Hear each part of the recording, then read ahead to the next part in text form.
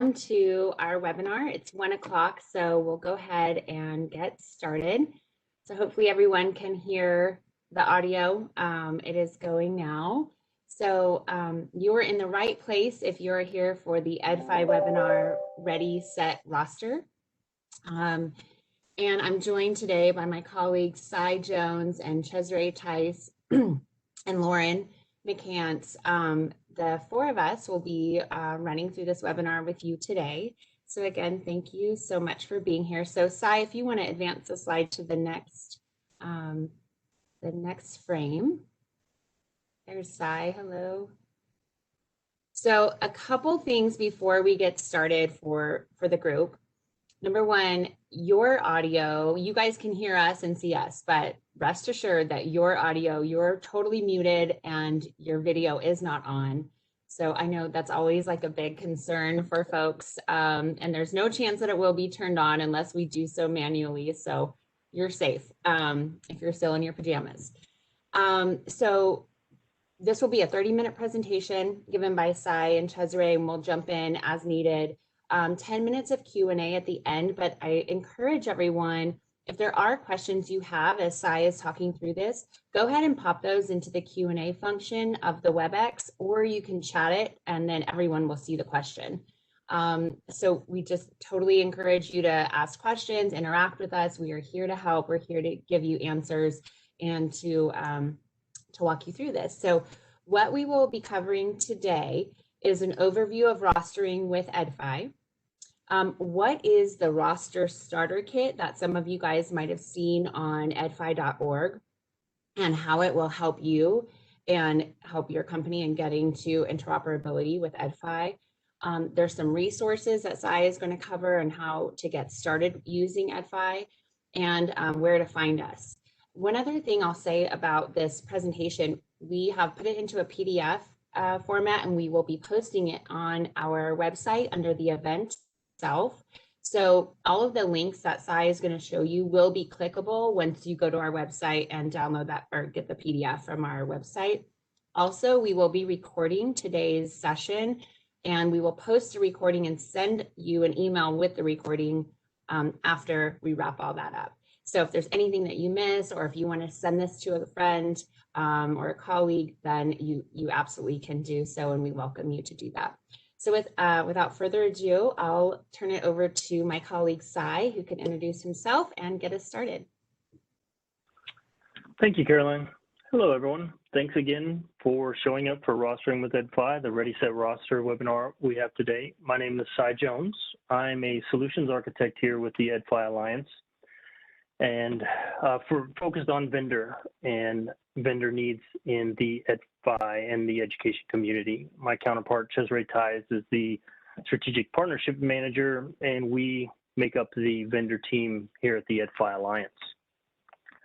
I've spent a number of years working on EdFi in various forms, probably 8 to 10 years, and I've been an employee of the EdFi Alliance for the last 4 years, working on the data standard and its related technologies. So we'll get started. A quick agenda, right? I won't read it to you. I'm not a big reader of the agenda slide, but we'll go over, this is kind of high level, 4 sections that we're gonna kind of cover today. So first off, in the introduction, I kind of wanna go over an EdFi overview, right? Then I'll talk about where the guardrails are for this webinar today, and some of the kind of how the data flow will look for that roster data when using EdFi and EdFi API. So a little background on EdFi. EdFi's nonprofit organization, fully funded, and first and foremost, we're a data standard. And early on, we realized that a data standard alone is great, but not only did we want to make education data consistent, but when it came to operationalizing that data standard, we wanted to make sure there was consistency there as well. So we also develop and maintain a number of tools and utilities to help the adoption and the use of EdFi in the community and in the education sector. And so first and foremost of that is the EdFi ODS API platform. Now that is the implementation of the data standard. And so this serves as the main tool for data interoperability for states and districts. This ODS API is an open source code base, completely free, available in the EdFi Alliance GitHub open source repository. And when you get this code base, it kind of consists of two pieces, the ODS and the API. The ODS is what we refer to as the operational data store, which is the database backend. But today we'll be looking at the API side of that code base and interacting with it and how you can get roster data from it. The API itself is a RESTful API, and it uses the standard client credentials OAuth 2 flow for authentication. The API itself is made up of two sets, more or less, of endpoints or API URLs. One set that is a direct correlation to the EdFi data standard objects and elements, right? And I refer to that most of the time as the granular resources or the granular endpoints, the granular API. And then there's the other side, which is the composites, which is what we'll be looking at today will be the enrollment composite API. And so what is the enrollment composite? Well, any composite in any composite API in the EdFi API is kind of, they were developed for a data out strategy, right? So you can only pull data through these composite APIs, and they bring together several different resources so that it's a lot easier and reduces the number of calls and puts more pertinent information and maybe weeds out some of the less pertinent information. So for example, in the enrollment composite, the sections resource will tie together the section, the student section association to bring a list of student IDs in that call to the sections. Q&A there.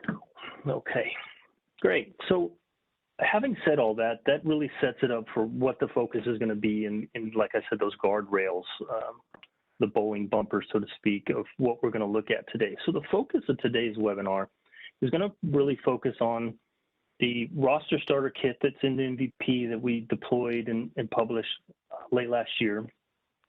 And so it's really going to be an overview of the steps outlined in the starter kit for an education technology provider to pull and get access to that roster data from an ODS API through the enrollment API that's deployed at the district or the state level. And so how that data flow looks is you'll have an EdFi API hosted at a district or state there in the middle. The student information system is the system of record for this data. And so it'll be pushing that data into the API that's hosted at the district. And the roster consuming application, the application that needs the roster, it will actually be pulling that data back out of the API. So nice little graphic, better than words, just to kind of go over that. So that will be the focus for today. And so next, we're going to go through the roster starter kit. And there's kind of 4 big level steps here: analyze, develop, partner, and badge. I like the 4-word, 4-step things. But we'll go into each one of these steps a little deeper now. So the first one is analyze, and map data elements. And so for analyzing this is kind of a twofold or a two-sided analysis that needs to be done. First, you kind of have to get a feel for what's available in EdFi from the enrollment composite API. And you also have to determine what data is needed to provision the software application that needs the roster information. And so really taking time to analyze those both sides of that coin to make sure that you can get the data that you need from the composite and to make sure that that data gets into the right place in the roster consuming application. And then you match that up. And if you do find any gaps, little last bullet point here, you find some gaps that make it where or some extra pieces of data that you need or some gaps in those composites, please put in an EdFi tracker ticket. That's our main source of refinement is the EdFi tracker. So it always helps to get plenty of community feedback in to really harden these artifacts for consumption by the community. And so as you look at the enrollment composite in the API, there's going to be a number of API resources available, endpoints available with some data. And there can kind of be some steps to go through and a number of API calls to make to pull that roster data out. And so the way that looks like is that you'd start from the first call, which would be the local education agencies or the districts, right? And there's just a little sampling of the data that's available there. You go through and you build on that with schools, right? You now have the district information, now you get the school information that will reference that district. And from there, you can pull the staff and you can pull the students. And then finally, you'd pull the sections, right? And so here you kind of get the flow of how you may pull this data. Obviously, it's going to differ based on your tech stack and the needs of your application. And a little sampling here of the elements that are there. And so then you analyze this, you take a look at it, you get a better feel for the data that's available. And then you go through and you match it up, right? Most of the time, provision software has some CSV format that specifies the data that's needed. So that's why I used a kind of Excel spreadsheet there for the right, or sometimes there's, specification documents of the data needed. But historically, CSVs have done this in the past. And so it's a good place to start on the roster consuming application side to analyze those CSVs and those requirements in that CSV and then match it up. And I think something important to remember here is that CSV is a very flat format and the JSON data can be a more robust, right? So for example, the bottom example here is the student demographics collection that comes back on the student that's going to be a collection of objects that may go into more than one place or satisfy more than one data need in the flattened CSV format of, the historic CSV specifications for the needs. And so there's a number of resources out there available to dig deeper into, what's available through this enrollment composite. And so I put the link here. If we want to take a look at that real quick, right, this is the live site. We call it our API public deployment of EdFi. This is the latest version of the EdFi ODS API available here. This is backed with sample data. It has a pre-populated key and secret that you can look at. And so you can go in here, you can kind of get an idea of data that is available, take a look at the model, and really get some information about each piece of the model, each element that will be returned, an idea for the collections and the structure of those collections that come back in that data. And then you can always try it out and kind of get a sample data set of what the JSON may really look like when you make this call out, right?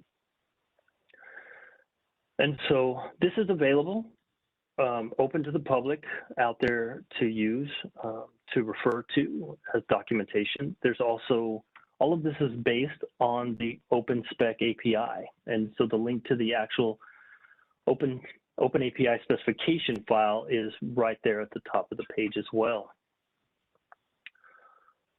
So also just a little bit of a note, I focus on the main calls, these top calls of these API resources as kind of the main driver of the needs of the roster consuming application. But this API also offers a couple of other ways to slice and dice the data, depending on the needs of the software platform or the external system that wants this data, right? For example, if I want to know what schools a staff ID or a staff member is, I can get a list of schools that staff member is associated with. by calling this more detailed route to get that information. So just know that there's also other ways available, but I think for the most part, the big main ones will work and do the job that you guys need to do. And so after you go through this, and then also there's a nice write-up about the API enrollment API here in the RFC 19. It talks about use cases, discussion, a little more in depth about models and paths and things. And so I just want to make that available in case you had other questions. This may answer it, right? Like, why did we do that? Where did it come from? What's the use cases? So just know there's a lot of resources out there to really help you understand this, wrap your head around it quickly, and get moving. And Sai, let me just ask you real quick, the page that you were just on, for those folks that are on the webinar today that might not know, were you just on the EdFi Tech Docs page? And can you talk a little bit about how someone could find the EdFi Tech Docs page and log in? Is this information behind the login, or anyone can get to this? This is freely available to anyone without a login, right? The main Tech Docs page. Thank you, Caroline.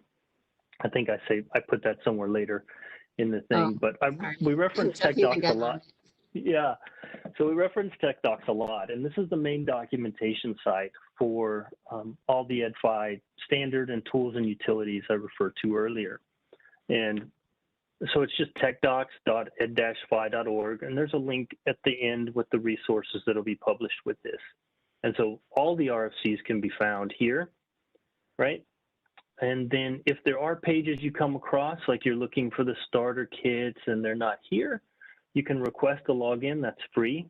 You go out, you fill out the forms, and then you'll get a login.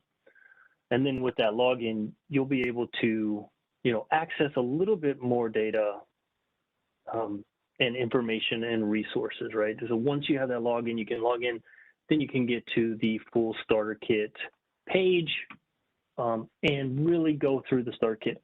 All the links that I referenced in the presentation today are also available if you go through this roster starter kit on the Tech Docs.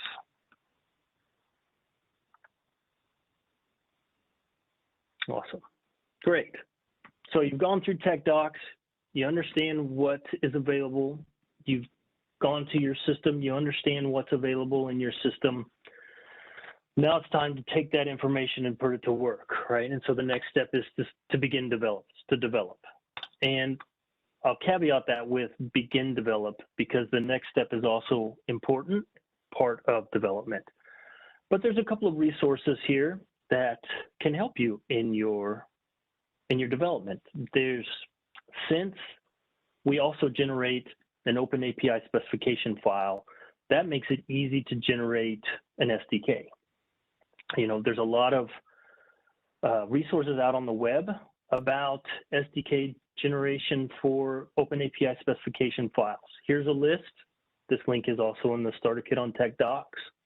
So this has a lot of different ones. Some of them are language specific. Some of them cover multiple languages. One of the generators that I like and a lot, because it's nice to work with, is the Swagger editor. And so once you get that Swagger or that open API specification file loaded into this website, you can see here on the right all the different code bases and languages, programming languages that a client can be generated in. And so, and additionally, we have a tutorial for it too. If you want to use a command line Java version, there's also a tutorial on the Tech Docs in the API client developer's guide. And so I know that, some places may have architecture in place for API calls and API client conventions in place in their tech stack, and that's totally understandable. I think that code generation can help at least a little bit. I also created a sample roster application in .NET, right? And so some of the things you'll get that I think are really useful from the SDK are the API calls themselves, and more importantly is the models. The models is really nice to have all of this. These are all the models that got generated from the SDK. So I can't imagine you'd want to hand code all of that. And then you can move the models into, your code base with your coding standards. You may have, it also generates the client and the kind of centralized API client piece. But I mean, you may already have that and you may not decide not to use that. But again, I think it's a good place to start to really get you, just kind of kickstart the development, get an idea of the data elements and the data structures and the API calls that need to be made to do this. Hey, Sai, really Yep. quick. I just wanted to. There's a question in chat, and sort of a level setting question from right. Charles, and the question. I'm not sure if you can see it, but I'll just read it out. Yep. It's is this intended to roster instructional applications, or is it more for providing data to our State Department? Is the question. Yeah, no, that's a good question. So, twofold, right? I think that there's two ways that you can look at this, right? So EdFi can be used as a state reporting tool, and in that case, that reporting of data out to the state via EdFi usually happens from the student information system. So the student information systems know that they have to, they're always on the hook to supply this state data, right? And so that's just the format that they provided. So if a state comes in and says, we're going to do our state reporting with EdFi, then to date, that has always meant that the student information system will send that directly to the state level EdFi ODS API. And so now that data is available up at the state level ODS API. And if the state wants to offer extra services to where instructional applications can pull roster information from that state level ODS API, then that's a possibility. But also at the district level, there's a lot of districts that implement EdFi. And so once they get their SIS connected and sending that data to their district EdFi implementation, then that's available, right? Those are usually a bigger data set, more robust data set, larger than the state reporting data set. And it's easier for the district to make that data available to the applications that need to consume that data.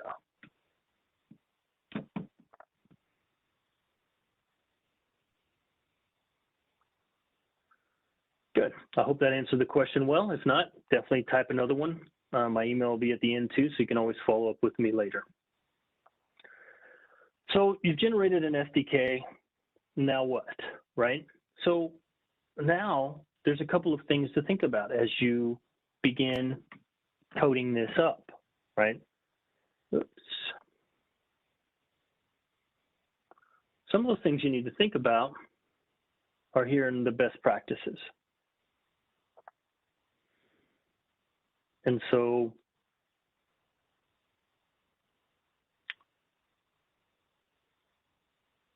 some of those best practices include pagination.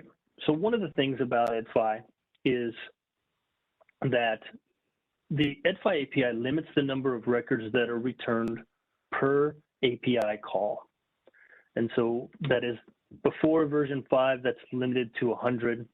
After version 5, it is configurable at the implementing district or state that level. When they implement it, they can adjust that number if they need to. So it's always good to know that when you do a call, there's going to be you may have to do more than one call to get the full set of data out of the API. Next is kind of a good to know is that descriptors. So descriptors in EdFi are enumeration sets, right? So all data has enumeration sets. You can think of grade levels or academic subjects or attendance codes, right? They're enumeration sets, pick lists. We call those descriptors in EdFi. So that's just kind of an FYI. The next is the UX or the UI considerations, right? We found that the more abilities you can give to the district people that have to administer these applications and work through this, right, the better they are going to be, right? Configuration screens, log screens, other utilities, maybe like repush or manual push or manual pull. And this reduces support incidences, reduce the burden on your customer to input a support incident or support ticket. And then it reduces the load on your support team, to manage and handle and respond to those. And a lot of this is available in the API client developer's guide in Tech Docs as well. And so with that, right, if we go back, those are some of the pieces that I put into this kind of sample starter kit as well, right? This is on Visual Studio Community Edition, available for download on GitHub, open source. But, something like that screen would look like this. You can input the information, you can test the connection, and then you're not having an administrator call you because I don't know if the connection worked. You can see some logs, right? Clear the logs. I test the connection again, right? Okay, right? I know that those calls are being made and they're going through there. And so another thing that I illustrated in this was the pagination, right? So if you look at some of these calls, some of them are taking longer because you can see this was actually 6 calls to get all of those sections. And this was 10 calls to get all of those records. And then I show you a list here of the calls that were made with the offset and the limit parameters to kind of page through those results to make sure you get the full data set out of the API. And then I put in a few different views here to look at the data that's available, right? You can look at it by term, section, staff, students, and a couple other views. This is available on the Tech Docs through the starter kit as well to look through. Great. So you've gotten this far, amazing. You've analyzed the data, you've mapped it to your data, you've started this coding, you're making calls, it's working out well, I got something. And like I said, like I prefaced this section, it's kind of the beginning of development, because the next thing to do is partner. And so find a client customer that will partner with you to help you solidify this functionality. In our experience, we've seen that this vastly improves the functionality and in the system, right? This makes sure that it's going to suit the customer needs, it's going to meet the customer needs, and if there's any other pieces the customer may be expecting that you didn't think of, this is a real nice feedback loop to have as you kind of fine tune and round out the development of this feature set in the software application. So make sure you set the expectations right with the customer. It's going to be an iterative process. Probably best to start with this pilot customer to have someone that's familiar with EdFi. And it really is kind of the last piece of the puzzle, the development puzzle here, right? This is where you've got something started and you round it out with real world use, and it just makes it stronger in the end. And when we've done this in the past with other vendors, mostly assessment vendors that I've worked with in the past that are coding EdFi, this really is instrumental in making a quality set of functionality that can be useful to your clients and customers. And so now you've done that, right? I mean, that's you're cooking with gas now. And so that's awesome. The next thing you can do is apply for a badge, right? So join the partner program, apply for a badge, and the partner program is something that I'm going to let Cesare just kind of give a little brief overview on. Yeah, thanks, Sai. So the EdFi Partner Program was really established as a means for our vendor community to really be spotlighted more often with the good work that they're doing within the community. We get a lot of inquiries from districts about who's using EdFi on the vendor end. And in the past, we simply had certifications for student information systems and assessment companies.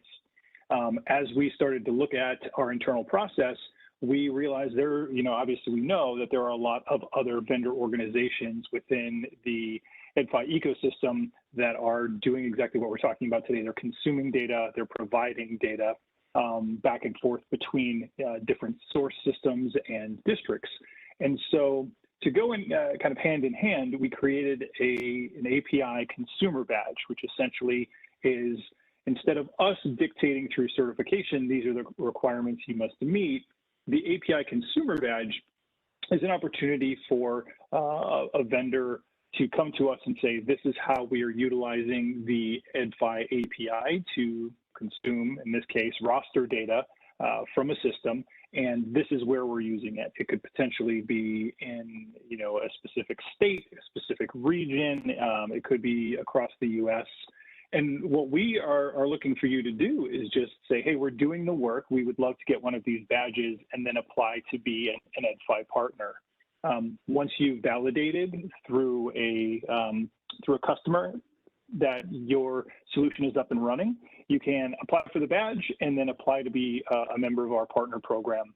And the partner program gives you an opportunity to participate in things like joint marketing opportunities, where we do press releases around the completion and certification of your solution, the approval and the passing of your badge. And then if you have customers that want to spotlight your solution via a webinar, those are the types of things that being a member of the partner program entitles you to be able to do. And so if that's something you're interested in, like Sai's mentioned, there are a lot of links in this PowerPoint. There's a couple on there about the badging applications and available badges, as well as some information on how to join the partner program. And as always, you can reach out to both myself and Sai. Our contact information is not only on the website, but I believe is at the end of this PowerPoint as well. Awesome, thanks, Cesare. And so, yeah, again, this is really where it's going to come in helpful and handy to partner with a customer client, because you do need that valid verification point, right? We found early on that without that verification point, there was more troubles down the line when people actually tried to use the functionality that hadn't actually been used before. So definitely important. Just a great way to show your support for interoperability and customers getting this badge. So a little wrap here. That's it. Once you get a badge, oh, go ahead. Sorry, I didn't mean to interrupt. I just noticed there's a question that pops up in the chat from Brian Brock, and it's, can you give some reasons why an individual school district may be motivated to implement their own local ODS? Yeah, sure. Yeah, I saw that question. I just kind of get here to a wrap. And so here's the wrap up, but to kind of touch on your question, Brian, is that right, we have a number of districts out there in the EdFi community that implement EdFi for various reasons, right? EdFi, if you look to the standard, it really covers a lot of different data domains, right? It'll cover attendance and behavior and grades and enrollment and assessments and interventions and finance. And so different districts implement it for different reasons, really. Some of them really like having the data from all those systems in one database for them to use. In addition to that, we have an EdFi exchange where, you know, districts and states that develop something useful from that data that they've collected and put all together in one place, they will post this out on the exchange as exemplar, you know, and kind of getting started kits. There's Power BI starting kits. There's assessment EQ24, which is an assessment visualization and use case. You know, there's CCMR use cases out there. There's chronic absenteeism use cases out there. And so it really depends on, right, we all know that every district has a lot of different challenges along the way, depending on where they sit and where they're at. And so if you get out to the starter kit section of the tech docs in general, there's also a section of LEA starter kits, or local education agency, which is what we call districts in the EdFi data standard. And the first one is chronic absenteeism. So that may be a use case that's important to you. You know, there's a number of other district focused use cases up and coming on the roadmap for 21 that will also continue to be published out there. I hope that you can definitely follow up with me. I can get you in touch with we do have, as Cesare and I are the team vendor over here, we do have a team district, team LEA, that does work with districts that have a lot more information and experience working with districts that want to implement their own EdFi ODS API. Okay, Charles, good question. Does EdFi work with the one roster standard for rostering instructional apps? I figured this was going to come up at some point when you talk about rostering. And so EdFi and one roster are different in their standard. We definitely would love to, collaborate with IMS Global. If anybody has any pull with them to help us collaborate and kind of bring those standards together, that's great. It doesn't work with the one roster, but there have been cases where independently, districts will implement EdFi. Now they have all the data they need for one roster. They will customize and build one roster into their platform and feed it from their ODS. So that has happened.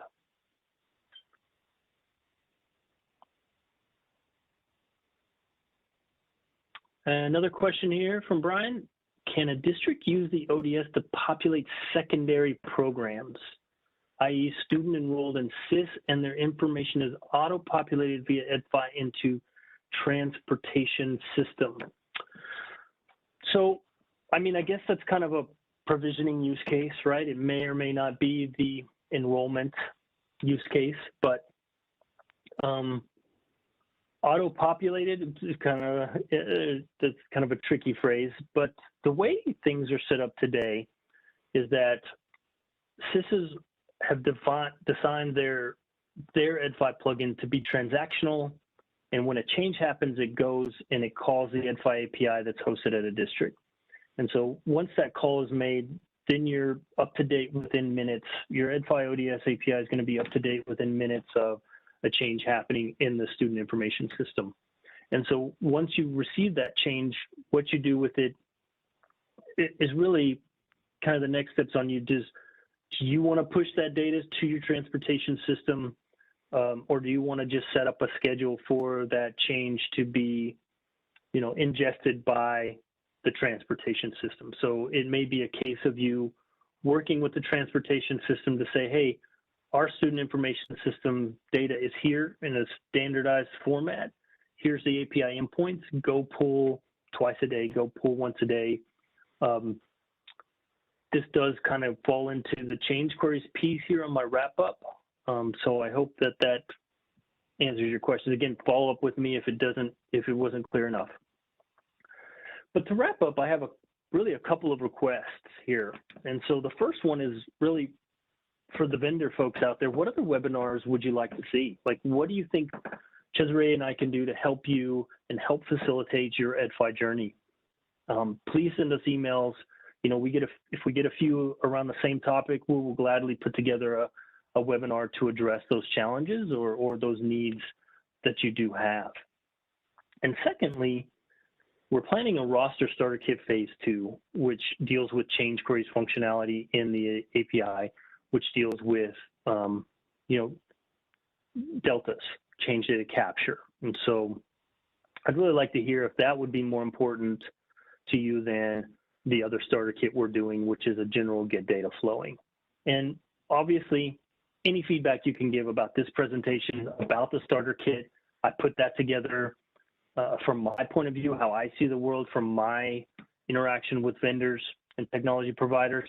So if there's things that you think could be changed, could be worded better, could be rearranged, please let me know. I want this to be useful to the vendor community. Again, any other questions? We'll take them now. I really appreciate this graphic though. This is awesome. It's a part confusion, part question, part I got it. So I really dug it. And then here's the list of resources that'll be available here at the end, along with all the other links. So as Caroline mentioned earlier, TechDocs is a great place to look for all that sources and resources and help that you can get. Mhm. Yeah, and then I'll just say one last pitch for, so if you're on this webinar, you likely already get our newsletters, but we send out 2 newsletters to the vendor community each month, one big one and then one directly from Cy and Cesare that get very granular and specific to the vendor audience. So you can get those newsletters if you aren't already subscribed, and you can get them from our website. There's under news and events, there's just a little subscribe to the newsletter button. Just click on that, fill it out, and we'll start shooting you those emails. We try and keep them pretty brief and to the point, so it's not spamming you, but also to convey all the information we have going on. And there's always a way to reach out to any of us on the phone here today. Also through our emails and through our website, we're here to hear more from you guys about what's helpful, like Cy offered. Let us know. We love feedback. We love for you to be part of our community and give us more info about what you're experiencing in the field. So with that, I don't think we have any other questions. Right, oh wait, hold on, maybe one more. Dan, how many school districts across the US are running EdFi today? So we have a page on our website that speaks to this. And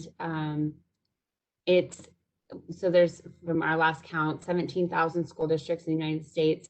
So we have a pretty good chunk of those that are either in the initial implementation of their EdFi journey, or are actually using EdFi every day in their schools. So on our website, if you go to Meet the Community, EdFi by the Numbers, we publish all of this. We're open and transparent community. So we have over 11,000 school districts using EdFi. So 11,900 school districts, impacting 32 million students. And obviously with everything going online at the end of last school year and into this school year, we're just seeing more and more data, right? More and more need for solutions that address the organization and how we can access this data and use it in a really powerful way. And so that's only going to increase as we see the end of this school year and going into the fall. So